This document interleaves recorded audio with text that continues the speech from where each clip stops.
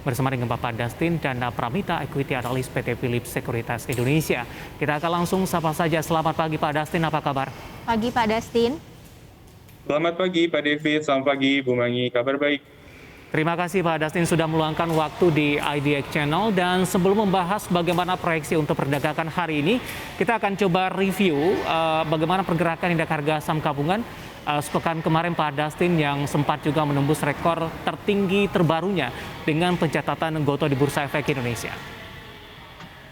Ya, terima kasih Pak David.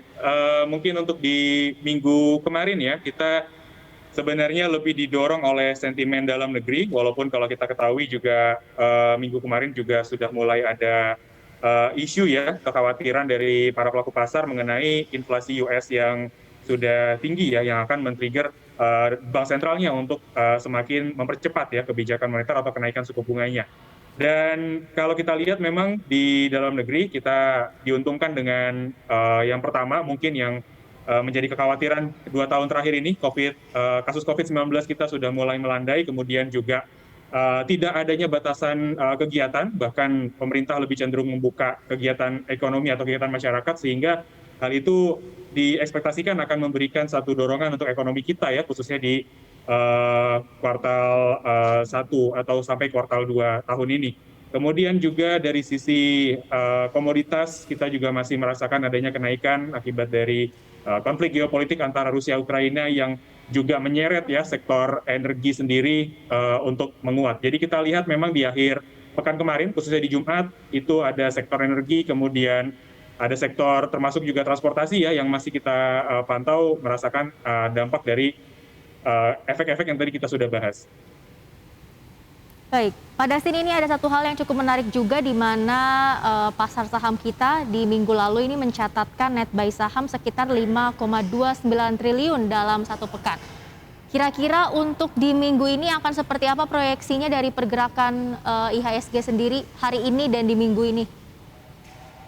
Ya, khusus untuk hari ini ya, kita proyeksikan IHSG memiliki kecenderungan untuk bearish ya, bearish moderate dengan rentang support di 7.215 dengan resisten di 7.270. Kalau untuk khusus hari ini mungkin kita melihat adanya pembukaan ya indeks regional Asia yang yang dibuka cenderung turun mengikuti pergerakan indeks Wall Street. Kalau untuk satu pekan ini kami rasa IHSG masih punya potensi untuk kembali melanjutkan penguatannya. Baik Pak Dastin, selain dari perkembangan Rusia-Ukraina, pergerakan dari harga komoditas, dampak dari kondisi ini tampaknya kondisi dari inflasi dari beberapa negara, tadi pun juga sempat Anda singgung, Amerika Serikat ini mencatatkan rekor tertinggi terbarunya dari sisi inflasi, kemudian Inggris, kemudian juga beberapa negara lainnya. Nah di Indonesia sendiri tampaknya pergerakan inflasi ini mulai mengarah kepada arah peningkatan ini, karena diproyeksikan kenaikan LPG, BBM ini akan membuat inflasi akan melampaui di atas 4%. Bagaimana Anda melihat posisi inflasi dan dampaknya kepada pasar saham Indonesia, Pak Dastin? Ya, mungkin untuk inflasi terakhir ya, secara anual itu berada di kisaran 2,64 untuk bulan Maret tahun ini. Dan memang adanya lonjakan tersebut ya, memberikan satu arahan ya bahwa inflasi Indonesia juga berpotensi untuk meningkat, yang tadi juga sempat Pak David singgung, beberapa harga bahan pokok ya ataupun beberapa kebutuhan masyarakat juga meningkat. Namun untuk saat ini ya, kebetulan di minggu ini dijadwalkan akan ada interest rate decision di Bank Indonesia. Namun sampai saat ini mungkin atau setidaknya untuk besok ya, Bank Sentral Indonesia kami rasa masih akan mencoba mempertahankan suku bunganya, karena di sisi lain kita masih perlu adanya stimulus untuk mendorong kegiatan ekonomi kita, sehingga memang di tahun ini dengan kondisi inflasi beberapa negara maju dan beberapa negara di regional Asia juga yang memperlihatkan adanya potensi kenaikan suku bunga, kami rasa Bank Indonesia juga memiliki peluang tersebut. Baik, Anda melihat jika dikatakan inflasi tinggi begitu Pak Dastin dan bertahan cukup lama, ini dapat membuat investasi saham semakin menarik, tidak Pak? Anda setuju atau tidak? Karena emiten akan mengadjust dari posisi harga dan laba. Ya, kalau kita bicara apakah akan sangat menarik untuk saham, tentunya kita perlu melihat beberapa hal ya. Salah satunya adalah kekuatan konsumsi masyarakat Indonesia sendiri sejauh apa. Karena eh, ya beberapa waktu belakangan konsumsi masyarakat kita itu bisa dikatakan pulih karena memang adanya stimulus-stimulus yang diberikan oleh pemerintah.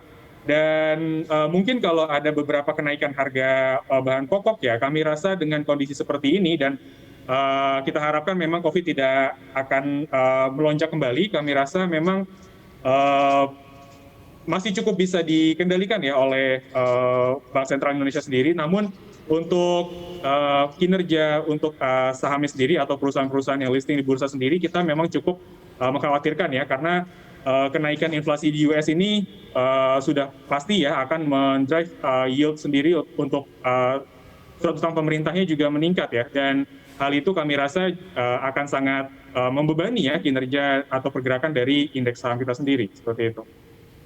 Oke, tapi dari tingginya inflasi yang terjadi di beberapa negara maju, contohnya seperti Amerika, kemudian Eropa, dan seperti Indonesia juga akan menyusul ini, kira-kira di pasar saham sendiri sektor-sektor apa sih yang perlu mendapat perhatian lebih dari para investor? Ya, untuk sampai saat ini ya, karena kita lihat juga perkembangan dari beberapa harga komoditas yang bisa kita katakan masih cukup positif. Nah, jadi sektor energi dan juga khususnya subsektor metal and mineral mining ya, itu juga masih cukup menarik untuk diperhatikan seperti itu. Baik, Pak Dustin, ini menarik dari sisi sektor tadi yang Anda singgung begitu di tengah dari tren kenaikan inflasi. Kita ingin tahu lebih detail ini, Pak Dustin, bagaimana dengan saham-saham pilihan yang Anda rekomendasikan di perdagangan hari ini di awal pekan. Dan mungkin saja ini bisa menjadi salah satu referensi bagi para investor dan trader pasar modal Indonesia. Dan dapat Anda saksikan juga di layar televisi Anda pemirsa, saham pilihan yang direkomendasikan di awal pekan ini. Ada CMPP dengan supportnya di 710, resistennya ada di 785, direkomendasikan buy. Kemudian juga ada SIP ini, supportnya di 127, resistennya di 153, juga direkomendasikan buy. Dan TRIN, supportnya di 462, resistennya di 540, rekomendasinya juga buy untuk perdagangan hari ini. CMPP, SIP, kemudian juga ada TRIN, 3 saham pilihan yang direkomendasikan. Dan lagi-lagi keputusan investasi tetap ada di tangan para investor dan trader pasar modal Indonesia. Ya, kita lanjutkan kembali perbincangan bersama dengan Bapak Dustin Dana Pramita, Equity Analyst PT Phillip Sekuritas Indonesia. Pak Dustin, 3 saham pilihan yang Anda rekomendasikan ini tampaknya ketiga saham, tidak ada saham big cap begitu, dan saham-saham ini tampaknya juga jarang direkomendasikan oleh beberapa analis. Kita ingin tahu pertimbangan Anda merekomendasikan keempat saham ini, apakah memang ini memang secara teknikal polanya juga sangat menarik, kemudian juga didukung dari sisi fundamentalnya, Pak Dustin?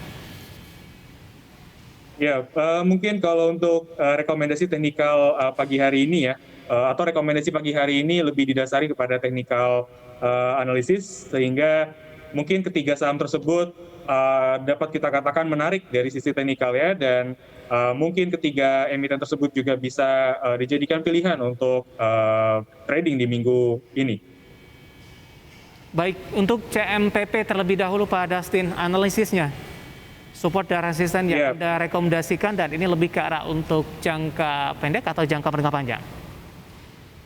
Ya, untuk CMPP yang pertama ya, kenapa kita bisa berikan rekomendasi untuk saham ini, salah satunya adalah momentum dari teknikalnya sendiri, di mana CMPP terakhir pada perdagangan Jumat lalu dari dalam candlestick-nya membentuk satu pola candle bullish engulfing.